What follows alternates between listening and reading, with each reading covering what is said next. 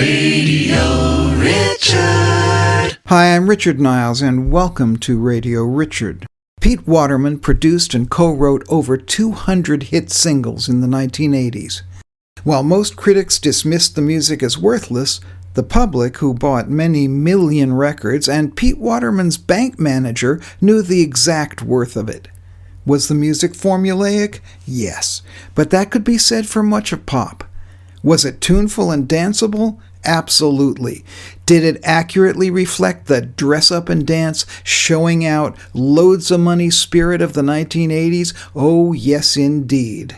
The production team of StockakeWaterman used the new technology of the 1980s to make a string of contagious hits from many pop artists, including Kylie Minogue, I Should Be So Lucky, Better the Devil You Know, Jason Donovan, Mel Kim, Showing Out, Respectable, Bananarama, Love in the First Degree, I'm Your Venus, and Rick Astley. Astley's warm baritone voice gave StockakeWaterman rare transatlantic success, with 2 number ones in America, including Never Gonna Give You Up. So here's the first part of my interview with the man who said he had Woolworth's ears, Pete Waterman. Well, I was brought up, which is bizarre when you think what my career is, with a 78 gramophone that the motor had burnt out before the Second World War, and the whole of the early 50s, I had to spin it round with my finger, because they used to have the needle, as it was in those days. And, Sure. Listening to Deanna Durbin and Bing Crosby records with my finger, and I still think back, how the hell did I get to love music so much when literally I had to spin it round at 78, Well, that's why you made a record label. Well, I spent hours like that, because we didn't have I don't suppose, we had the radio, so record player or gramophone wasn't that important. But it was to me, and I'd worked out how to spin these records at 78. Now, if you think about it, I didn't think about it before, but you're a kid, you've never heard these songs before, yet I could work out what 78 RPM was. Now, my dad was a big Deanna Durbin fanatic. Now, did I know who Deanna Durbin was? Probably not, but I could work out the pitch of those records to keep them going at 78, and my dad thought they sounded great. Well, you had the magic finger. Well, yeah, yeah. And of course, when we started DJing, there were no headphones, so I learnt to feel the groove with my finger. And I learnt to spot bass lines with the reverb on my finger through the stylus. And that's what we used to do. And it's interesting when people listen to my record collection, because the first 5 seconds of every single I've got are scratched because of where I've done the physical feel in the bass line. Melody is what drives you nuts. You walk away and you still whistling it 3 hours, 3 days or 3 weeks later. And it's that, what is this? To me, the melody is the most underestimated part of music. It really is. People talk about great writers, and they talk about lyrics, and they talk about guitars, and they talk about bass lines and drums and sax solos and great vocals, but they can only be great if they've got a melody to be great on. And it is very interesting that some of the greatest records we've come to love, actually, if you talk to the producers and the writers, they found it very difficult to get the artist to actually stick to the melody that they'd written. I know that so often, the melody that we'd written is not the melody that the singer sung. Now, in some cases, they improved it beyond what we thought capable of. Rick Astley and Donna Summer particularly were singers that could take your melody and interpret it in their own style and turn it into something else, where Edwin Starr, for instance, would not stick to your melody. No matter how good your melody was, he wouldn't sing it. He insisted totally on singing his own melody. And as much as Edwin had a phenomenal voice, which he did, it was irrelevant to you as a songwriter when, he's not singing your melody. This is a performance, it's not a song. Exactly. And if you buy an Edwin Starr record, you're buying it because of Edwin Starr, not because of the melody. And no matter how we talk to him and try to explain to him that when you put melody with performance, as in Marvin Gaye, you got classic records. When you just put performance and no melody, you just got classic performances, but they didn't go on to be classic records. Exactly. Steve Lipson told me a great story about being in the studio with Whitney Houston, and he said she came in 2 hours late, slapped her bag down, and sang the song, and then was ready to walk out. And he said, "Excuse me, Miss Houston, would you mind coming back?" And she said, "Listen, I just gave you everything. What more could you possibly want?" And he said, as only Steve Lipson can, "The melody, Miss Houston." Yeah. Well, I mean, the point is, I think that it's well documented. You wouldn't get away with that with me. I wouldn't take Whitney Houston into the studio. That's not what I do. You know, I am the one that told Paul McCartney, "No, it's not good enough. Let's go again." You know, what do you mean it's not good enough? It's just not good enough. Wait a minute, no. You've sung it in tune, but there's no liveliness in it. You know, and I remember Linda, bless her heart, ringing me and went, "You're the only guy that's ever told Paul to go back in the studio and do it properly." And he came home raving about that you dared to tell him, you know, you wanted some flat notes. He couldn't believe you wanted some ragged performance in there. No, I said what I wanted was emotion. It's an emotional melody, and I want his voice to reflect the emotion of the melody. It's about pathos, it's about hurt, it's about people in tragedy. You can't sing a song about tragedy without being tragic. It's like performing Macbeth as a comedy. It just doesn't work. You know, that's what the melody is. The melody is the pathos. It is the love, it's the hate, it's the happy, it's the sad. It's not the lyric that tells you the story. It's the melody that gives the story the platform which enables you to do that. You know, Happy Birthday is a happy tune. You couldn't play it at a funeral and expect people to cry, because they wouldn't, they'd laugh. That's great. Let me then backtrack just a little on that, to go back to your days as a DJ. You were choosing records. Now, obviously, you said earlier that certain melodies grabbed you and certain didn't. Can you give me kind of an example of either a record that you rejected or a reason that you would say, "No, I'm going to play that one instead of that one"? Well, my background is church music. I mean, choral church, British or English more than anything, and mid-European choral works, which is quintessential melody. I mean, that's what it is. So when I was DJing, I would listen to that, not knowing it. I mean, I'm not going to say that I sat there and thought church music, people going to church, Brahms lullaby. This is as close as Brahms lullaby gets in 1960. But it was always obvious to me, right from 58 onwards with rock and roll records, that some records were about performance and some records were about the melody. And it was, to me, when you saw Elvis Presley singing melody, and the melody sold bigger than the rock and roll records, that I suddenly worked out that the old adage is, you know, it's the whistling postman. It's not about the blue suede shoes. It's about whether the postman whistles "Love Me Tender" going down the footpath.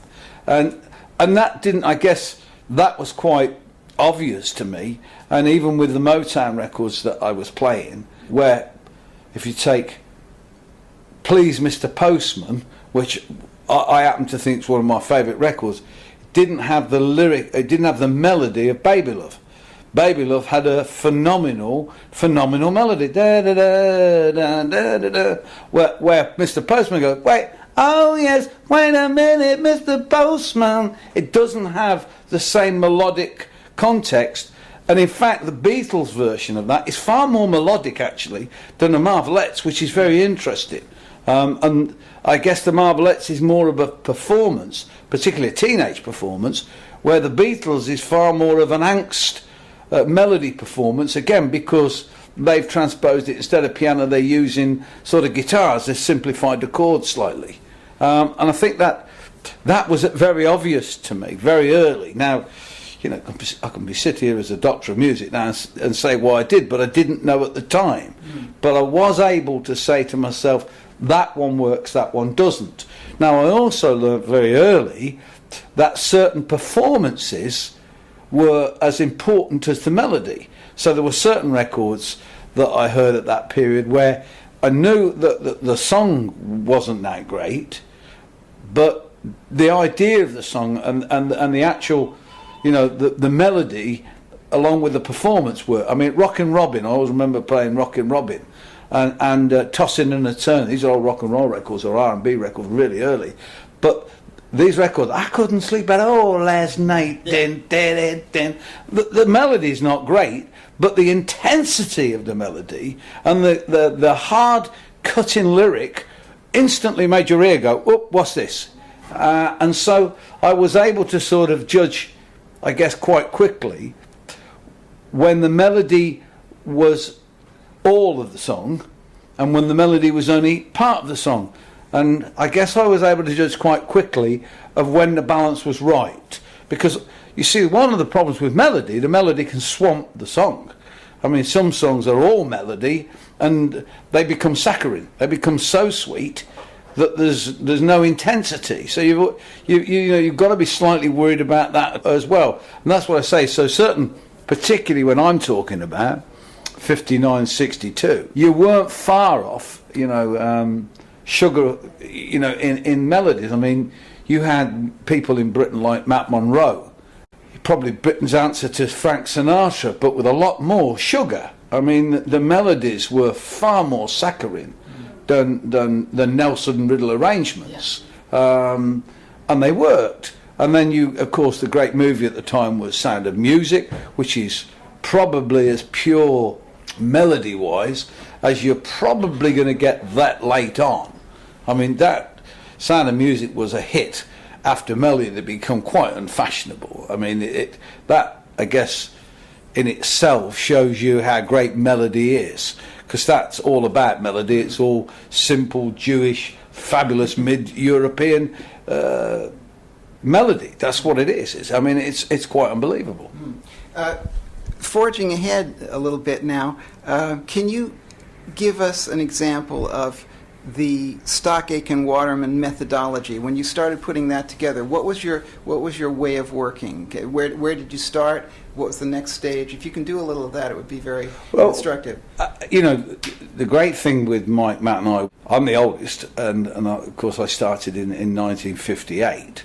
So Mike's 5 years younger than me, and Matt's 5 years younger than him.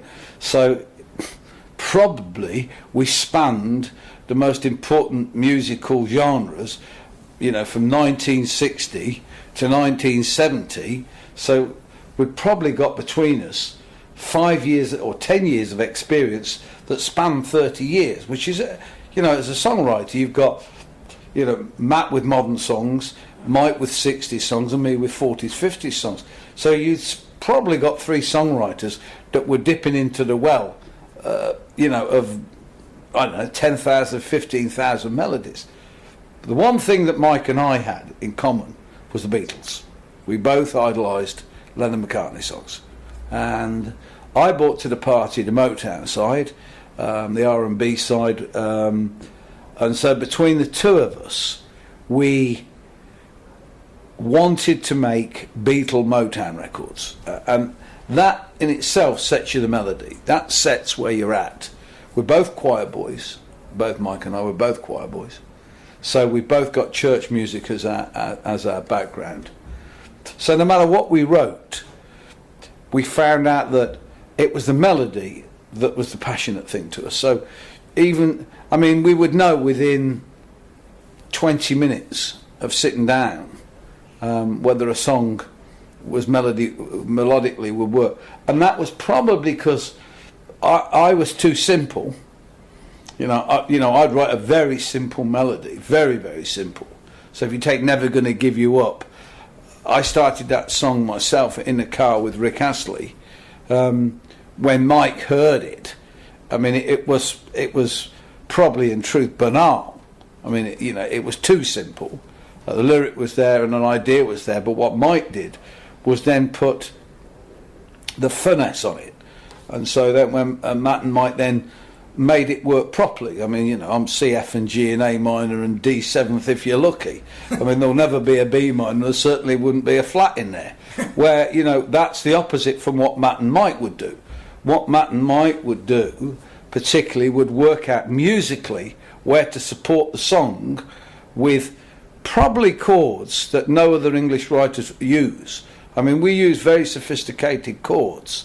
I mean, people think that Aitken Waterman songs are quite simple. In fact, they're not. I remember Greg Fillinganes once saying to me, Christ, you guys write the most complicated chords I've ever seen in my life. Why?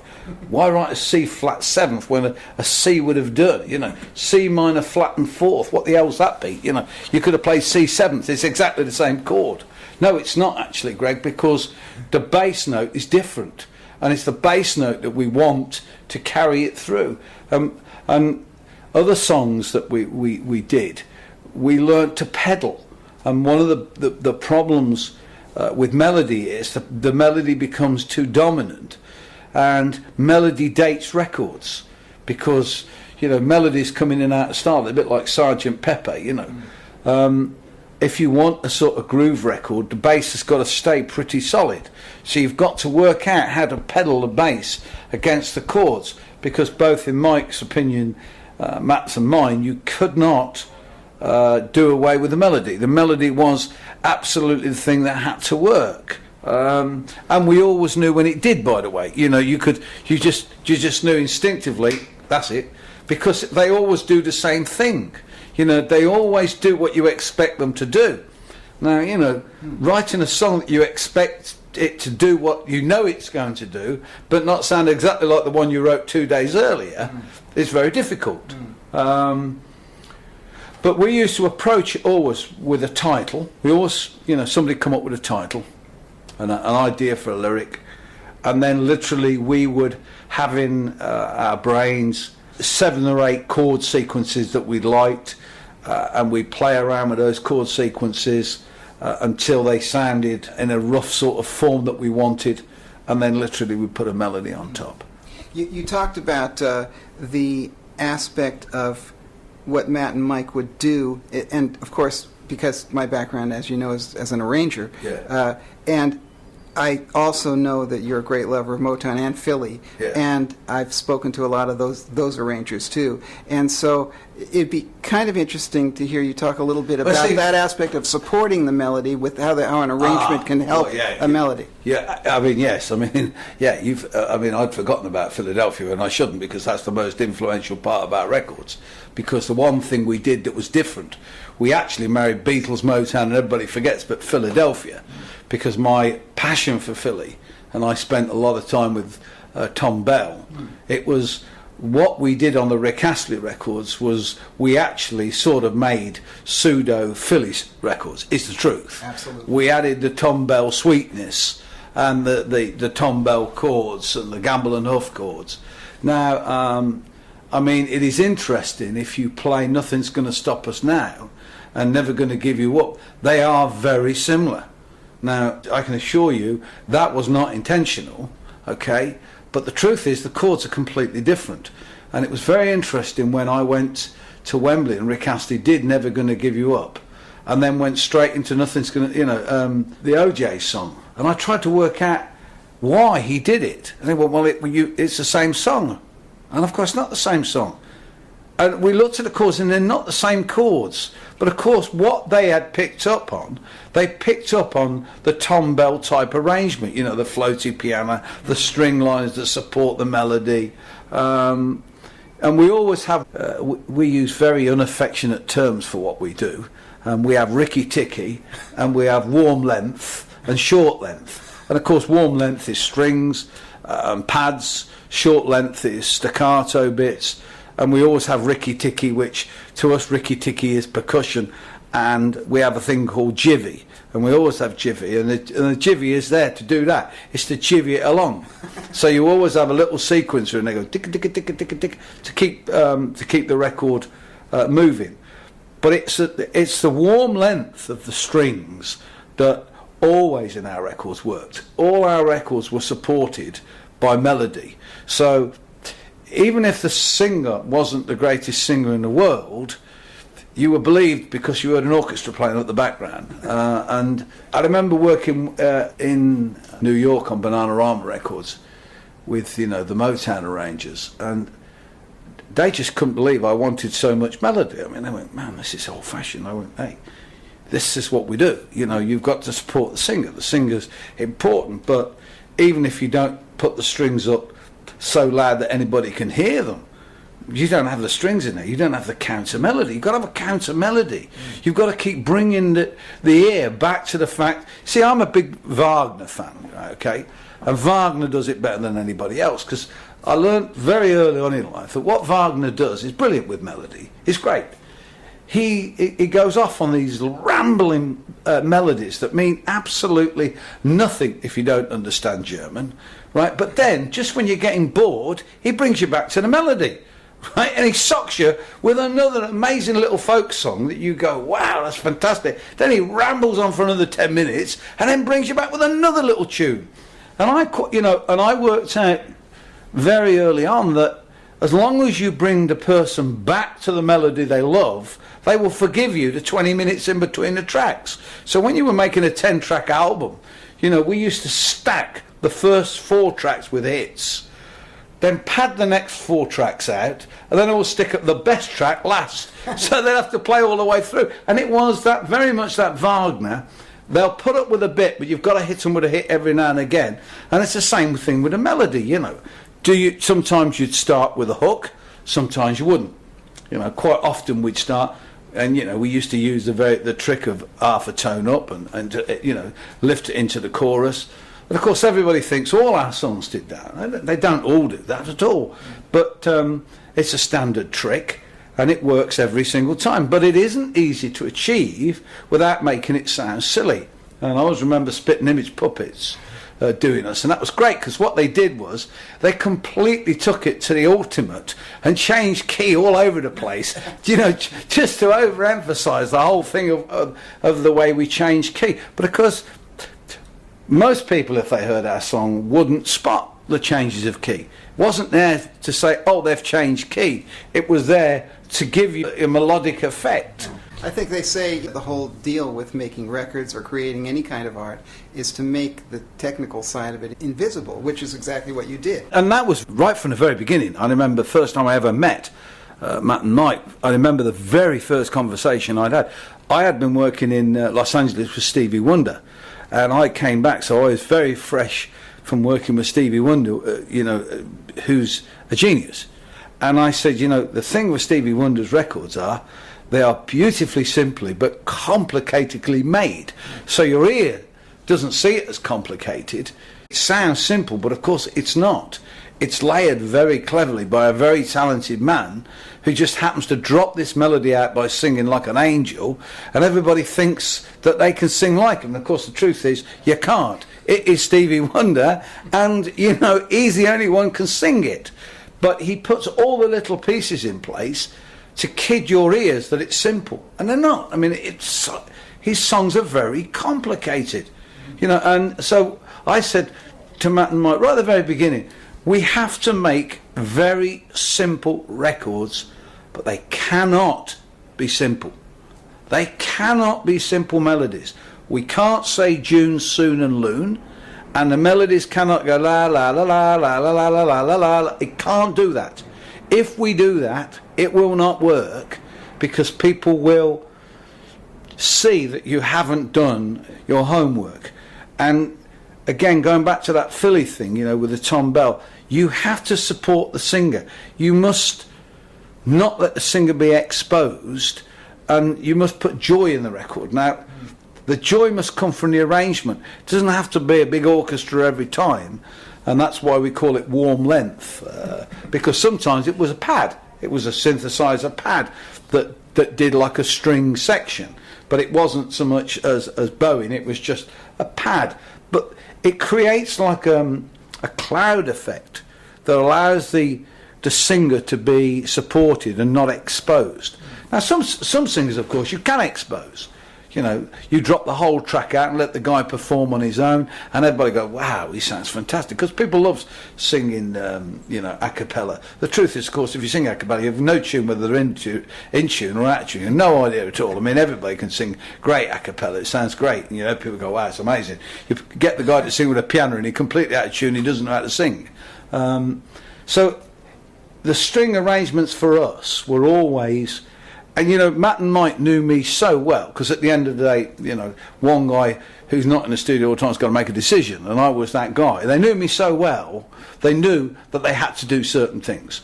And their game was to get those certain things past me without spotting them, right? Because they knew I wouldn't allow the record to go out if it didn't do certain things. And they obviously, you know, as writers, producers, you don't want to do the same thing every time.